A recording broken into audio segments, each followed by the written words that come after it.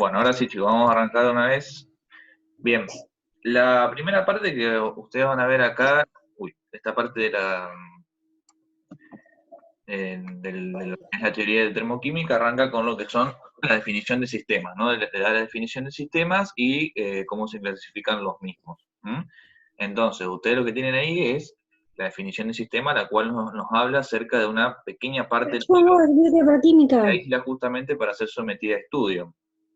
Y digamos, si ustedes se lo imaginan visualmente, digamos, sería, yo por ejemplo lo dibujo así. ¿No? Esto de acá, por ejemplo, sería el sistema, ¿no?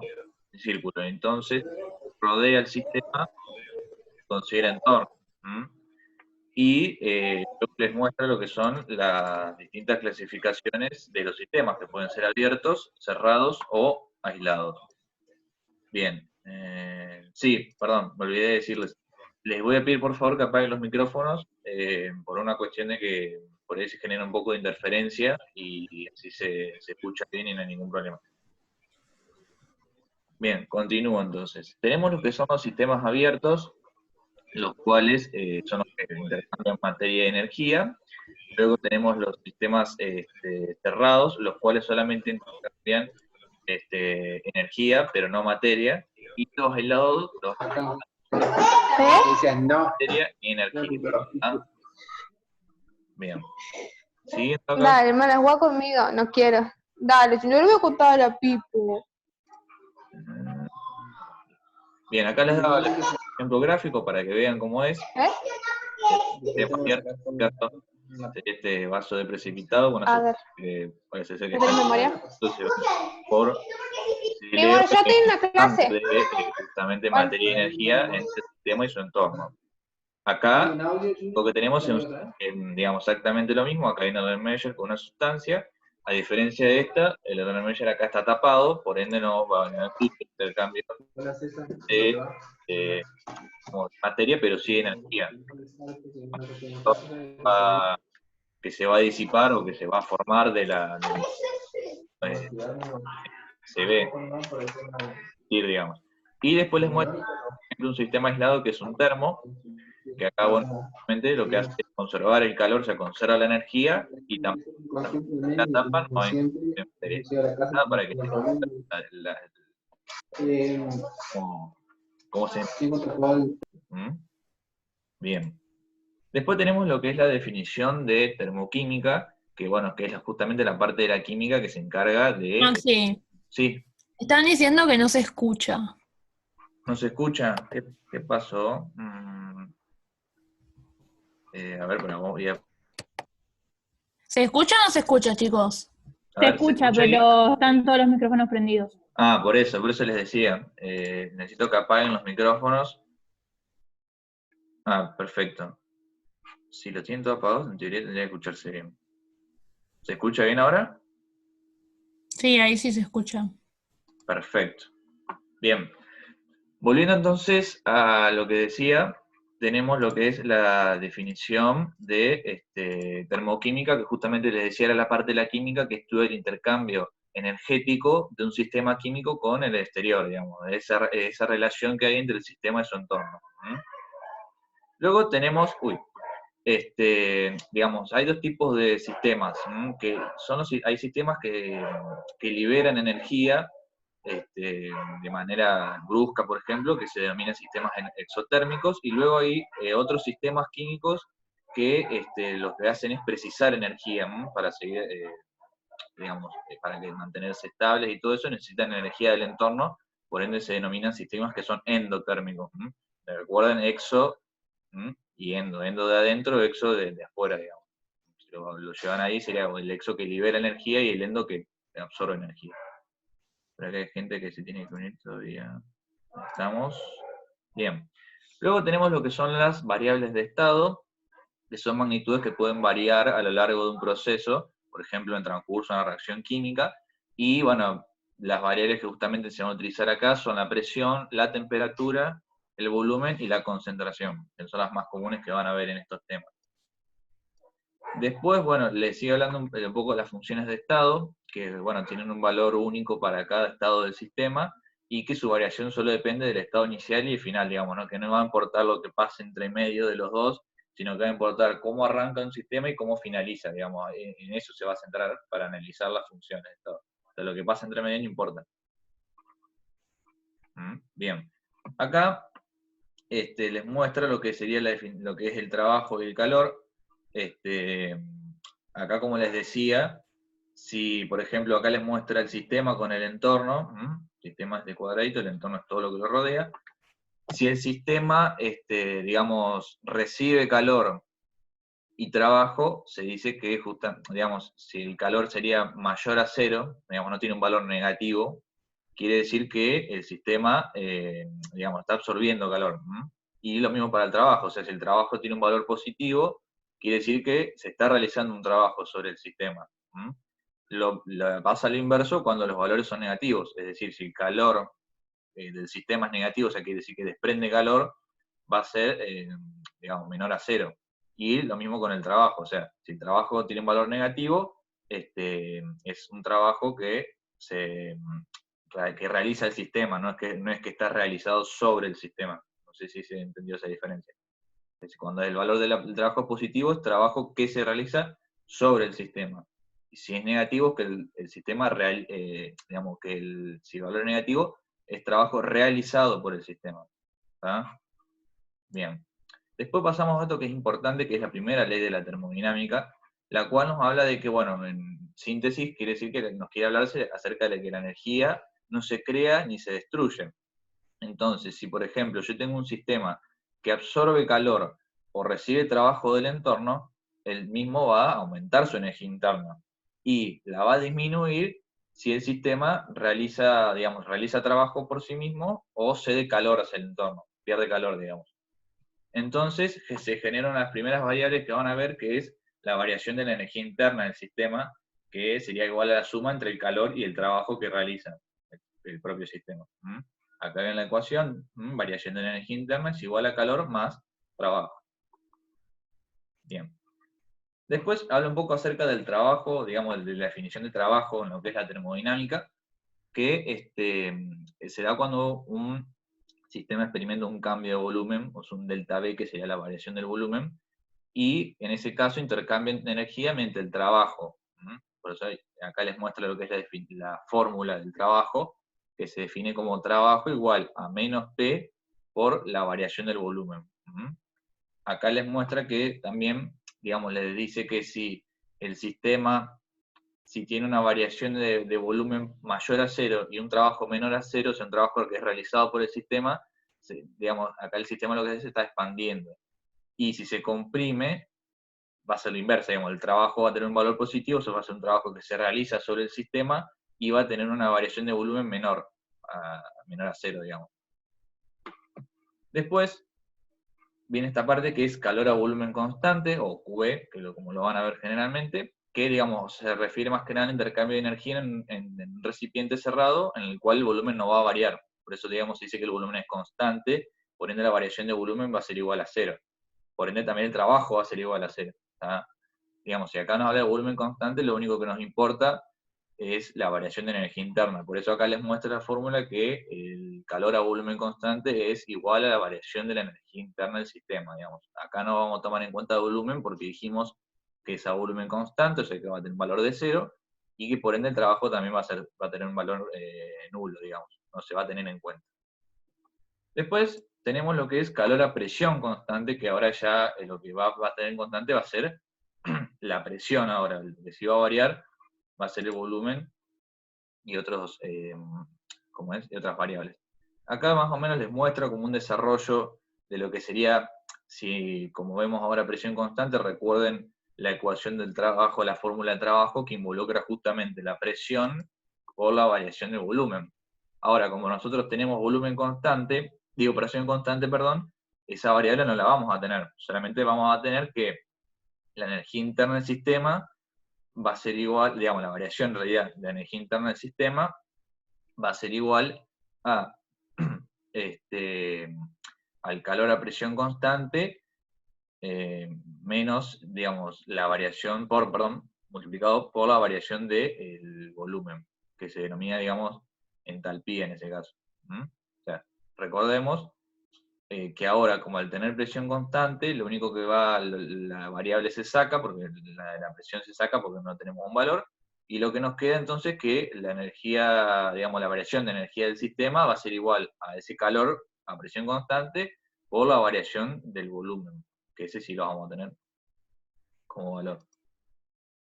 Bien, acá, bueno, le sigue mostrando, Maxi, sí, Maya tiene una duda. Dice de la pantalla anterior de cuál es la ecuación final, si todas las que mostraste o hay una sola. claro, acá lo que les muestra, digamos, esta sería la ecuación, la que estoy marcando, no sé si ven acá con azul, que se queda marcado así con azul. Bueno, esa sería la ecuación, digamos, que se desarrolla. Acá lo que le está mostrando es, como vos tenés presión constante, o sea, la presión no vas a tener un valor de presión para calcular, por ende, digamos, el trabajo no lo vas a tener, y sí vas a tener lo que es la variación del volumen, porque acá sí va a existir. Acá lo que te muestra es todo el desarrollo y cómo se desglosa la ecuación, digamos, porque tenés variación de energía interna del sistema, que va a ser igual, digamos, a la energía final menos la inicial del propio sistema que experimenta. Que eso va a ser igual, justamente, a QP, que es nuestro calor a presión constante, que es nuestra nueva variable, menos la presión por la variación de volumen, que es lo mismo, es volumen final menos volumen inicial. Y acá te muestra, digamos, acá lo que hace es despejar el calor, porque vos lo tenés acá en forma negativa, entonces lo despeja y te da lo que sería lo que vas, acá lo que es la energía inicial más la presión por el volumen inicial, te da igual a la energía 2, o sea, la energía final, más presión por volumen final, que si vos lo reescribís de nuevo, te queda una ecuación mucho más sencilla que es esta, que se refiere a la entalpía, que te dice que que el calor a presión constante va a ser igual a la variación de entalpía. O sea, la variación de entalpía es la entalpía final y la entalpía inicial de un sistema. No sé si ahí quedó claro. Sí, dice que ahí entendió mejor. Perfecto. No sé si alguien creo que... Ah, no, pensé que alguien se más escribió, no dije nada. Bien, continuamos entonces. Acá vamos a ver un poco lo que es la relación entre el calor a volumen constante y el calor a presión constante en gases. Acá, como recuerden que venimos viendo la ecuación, tenemos que la variación de entalpía va a ser igual a la variación de energía interna del sistema más la presión por la variación del volumen. Acá, como estamos hablando de gases, tenemos que recordar la ecuación de gases ideales, que nos decía que presión por volumen es igual a 9 moles por constante universal de los gases por temperatura. Como acá estamos hablando digamos, de calor a presión constante, digamos, la temperatura y la presión van a ser constantes, o sea, no vamos a tener un valor. Por lo que, digamos, si usted reescribe en la ecuación, lo que tenemos es que la variación de entalpía va a ser igual a la variación de la energía del sistema, digamos, más la variación del número de moles. Recuerden, porque bueno, si el sistema experimenta un proceso, va a cambiar, va a variar su concentración también, tanto en el estado inicial como en el estado final. Hay que tenerlo en cuenta también. Y o sea, se va a generar por eso una variación del número de moles por bueno, la constante y la temperatura, que son la constante siempre el mismo valor y la temperatura acá es constante. Y acá pasamos a ver un poco lo que es la relación ahora para el sólidos y líquidos. Como los sólidos y líquidos, digamos, no tienen una variación de volumen considerable, digamos, se denomina despreciable, acá lo que les muestra es que el calor a volumen constante va a ser igual al calor a presión constante por ese hecho que les acabo de explicar. Como la variación no es apreciable, que no digamos es muy, muy poca, directamente las variaciones de energía del sistema y las variaciones de entalpía van a ser más o menos las mismas, que a diferencia de los gases, por ejemplo. Después les muestra un poco lo que es acá, lo que es la entalpía estándar, que sería el incremento justamente de esa entalpía de una reacción en la cual tanto los productos como los reactivos están en condiciones estándar, que recuerdan, era a una atmósfera, 25 grados y una concentración de 1 molar, o sea, condiciones normales de, digamos, presión y temperatura.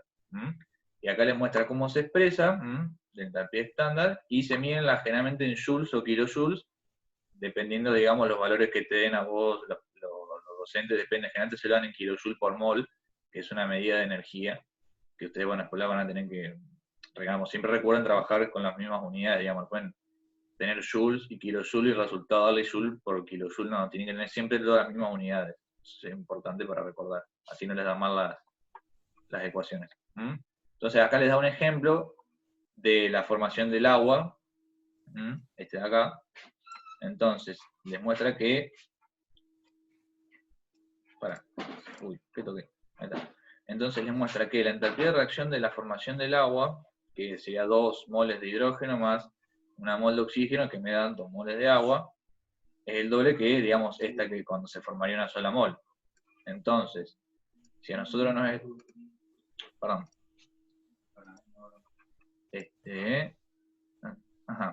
Entonces, si a nosotros nos pidieran, por ejemplo, calcular la entalpía estándar de formación, por ejemplo, del agua, nosotros lo que tenemos que analizar son los valores de, digamos, justamente las entalpías de formación de cada uno de los compuestos para ver cuál sería la formación, digamos, la entalpía de formación del producto. Ahora después vamos a retomar un poco eso, si por las dudas quedé un poco en el aire, ahora vamos a retomarlo. Después tenemos lo que la entalpía de reacción. Ah, perdón, acá no arrancás vos, Denise, por las dudas. Sí. Perdón, ¿Querés que perdón. comparta pantalla o me pasás vos? Te dejo esta si querés, dale. Bueno, como venía diciendo Maxi, la entalpía de reacción básicamente cuando ustedes la vayan a calcular, va a ser el cálculo de los calores de los productos, como puede ser el agua, menos los calores de los reactivos, que es lo que dice ahí, que dice delta de entalpía, es la suma de los productos, de la variación de entalpía de los productos, menos la variación de entalpía de los reactivos. Eso es cuando ustedes les piden calcule la entalpía de tal molécula. Después dice, si la presión es igual a la constante, el calor intercambiado con el entorno, llamado calor de reacción, es igual a la entalpía de la reacción. Eso quiere decir que si la presión es constante, si la presión es constante, esa va a ser su entalpía de reacción. Porque generalmente igual no está a presión constante, tienen que hacer todo el cálculo de productos menos reactivos. Después otra cosa que tienen que prestar atención una vez que calculan la entalpía de enlace es el signo. Si la entalpía de enlace les da con signo negativo, la reacción lo que va a hacer es que va a liberar calor, va a ser exotérmica, y si les da con signo negativo, va a ser endodérmica, por lo que la reacción va a absorber el calor del sistema, de donde esté contenida, donde esté sucediendo la reacción. Si quieres pasar a la de abajo. Dale. Bien. Bien. Sí, lo que después hay que tener en cuenta, chicos, cuando van a calcular la entalpía, es lo que decía Maxi hace un rato, el estado, si están sólidos, si son líquidos, porque las sustancias que son sólidas y gaseosas, las sustancias que son sólidas y líquidas no se les tiene en cuenta a la hora de calcular la entalpía. Es decir, si yo tengo, no sé, carbono, que es un compuesto sólido, no va a tener ninguna constante de entalpía, por lo tanto, a la hora de calcular la entalpía, no hay que sumarlo a la reacción para calcular el resultado. Por eso es muy importante en las reacciones de entalpía, como ven acá en el ejemplo abajo, que está anotado el metano, el oxígeno, si son gaseosos, si son líquidos, porque eso después saben si la tienen que incluir o no en el cálculo de la variación de entalpía. Pásala. Dale. Entalpía o calor de formación. Creo que vuelvo a definir lo mismo, pero bueno, lo volvemos a leer. Dice que la entalpía de un compuesto es igual al cambio de entalpía de la reacción en la que se forma un mol de ese compuesto a la presión constante de 1 atm y una temperatura fija de 25 grados.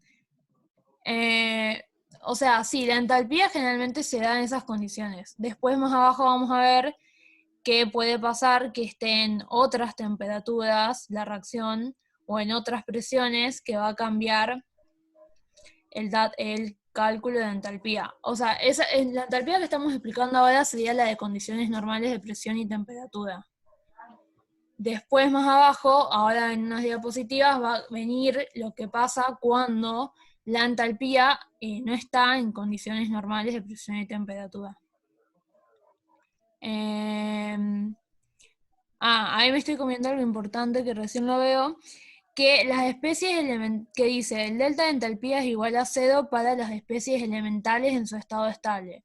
¿Cuáles son las especies elementales? Oxígeno, hidrógeno, ¿vieron las que son tipo las especies más comunes? O2, H2. Esas especies tienen valor de entalpía 0. Así que a la hora de calcular la entalpía, es 0, por lo tanto no les van a dar ese dato en el problema porque se supone que ustedes ya lo tienen que saber. Bien, si querés pasarla a esa. Bueno, leyes de la termoquímica. Acá tenemos dos leyes que son la ley de Lavoisier, si se dice así, y la Place, y la ley de Hess, que son las leyes de las bases de la termoquímica. Pasala. La ley de Hess dice que el valor de entalpía para una reacción que se realiza a una temperatura y una presión constante es siempre el mismo e independiente de que la reacción ocurra en una o en varias reacciones. ¿Qué quiere decir esto? Que después cuando les mostremos un ejemplo, capaz se entiende mejor, pero hay reacciones que para que ocurra una determinada reacción vienen de sucesivas reacciones, o sea, de muchas reacciones que vienen pasando y empezás a tachar productos y se convierte en una sola reacción. Y lo que dice básicamente la ley de Hess es que no importa cuántas reacciones haya, o si hay una sola reacción, el valor de entalpía siempre va a ser el mismo. Y abajo la ley de Lavoisier y Laplace, que dice los valores del delta del entalpía para dos reacciones inversas son iguales en magnitud, pero de signo opuesto. Claro, pero si se fijan ahí, está por un lado la reacción de formación del agua, que es la que está abajo, y arriba está la reacción de, si quieren llamarle, descomposición del agua. El delta H es igual, pero lo que cambia es el signo. ¿Por qué cambia el signo? Porque se puede decir o se puede ver que lo que hicieron ahí es dar vuelta a una reacción. Entonces cada vez que ustedes den vuelta a una reacción, le cambia el signo. Eso es lo que dice la ley de Laplace y Lavoisier. No sé cómo se pronuncia, disculpe. Pásala. Bueno, la entropía, que no es lo mismo que la entalpía. La entropía se representa con una letra S, en vez de ser delta H, es delta S.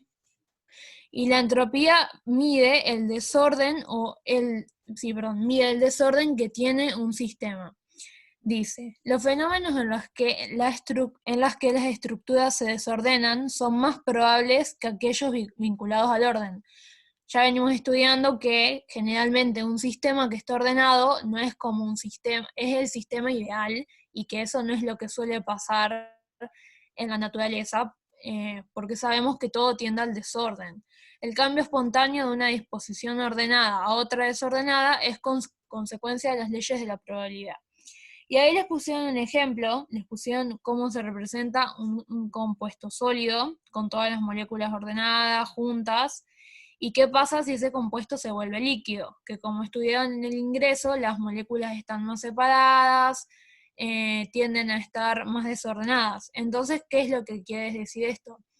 Quiere decir que un compuesto líquido, una sustancia líquida, va a tener mayor entropía que una sustancia sólida, porque va a tener mayor desorden que una sustancia sólida. Espérate que hay una duda en el chat. Tengo las tres primeras leyes serían la de... Sí, chicos, por las dudas, después, o sea, digamos, la idea es por ahí terminar, si querés, con la explicación, y después vamos volviendo con un par de dudas puntuales que hayan quedado, para ir okay. pasar bien, y después ahí pasamos a la ejercitación, por las dudas. Dale, vamos así. Ustedes dejan las dudas, y cuando yo termine de hablar, leemos las dudas, y después pasamos a responder problemas. Así no se les mezclan todos los conceptos. Bueno, estaba diciendo entonces que lo que hace la entropía es medir el desorden de un sistema. Un sistema va a estar más desordenado si es líquido y si es gaseoso, que es cuando es sólido. Porque ¿qué pasa? Cuando es sólido, todas las moléculas están juntas, están todas pegaditas, entonces eso tiende más al orden que al desorden. En cambio, en un líquido y en un sólido, ustedes saben que las moléculas empiezan a estar separadas, en un compuesto gaseoso están en movimiento, y todo eso es más desorden. Bueno, básicamente eso es lo que mide la entropía, el desorden o el orden de un sistema. Pásala a esa, si querés. A ver, la entropía es una medida del desorden del sistema que sí puede medirse y tabularse, bien, que es lo que estuvimos hablando. Dice que el delta de entropía se mide como el calor sobre el trabajo. Y dice que puede quedar expresado en joules sobre temperatura o en kilojoules sobre temperatura. Una chica preguntó en el grupo que queda la J, me parece, eso es joule, que es cómo se mide el calor, también puede estar en kilojoule, también puede salir en calorías, eso después si quieren les podemos subir, o lo pueden buscar ustedes, cómo se pasa de kilojoule a joule, de cal a joule, porque en los exámenes generalmente les dan, por ejemplo, no sé, 200 joule, y dice, pase la respuesta a kilojoule, entonces ustedes tienen que saber cómo se hace esa conversión. Después dice, ¿existen tablas de entropía molar estándar de diferentes sustancias? Sí. Generalmente la entropía se la dan de datos, chicos, no la tienen que calcular. Pero si ponele que le digan, calcula la entropía, se calcula igual que la entalpía, que es la energía, el delta de energía de los productos menos el delta de energía de los reactivos. Teniendo en cuenta lo que habíamos dicho antes, que las moléculas elementales tienen valor cero, todo eso se mantiene en la entropía. Lo que ustedes tienen que saber es que la entropía y la entalpía no es lo mismo, básicamente, pero se calculan de la misma forma.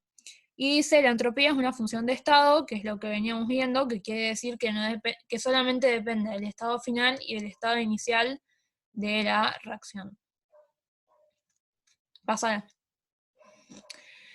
Bien, energía libre de Gibbs. La energía libre de Gibbs permite evaluar la espontaneidad de un proceso sin tener en cuenta la variación de entropía del entorno.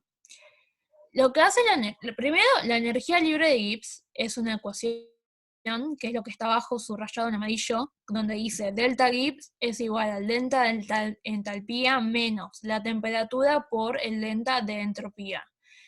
¿Para qué se les dan esto? Esto sirve para saber si la reacción es espontánea o no es espontánea a determinadas temperaturas, a determinadas presiones.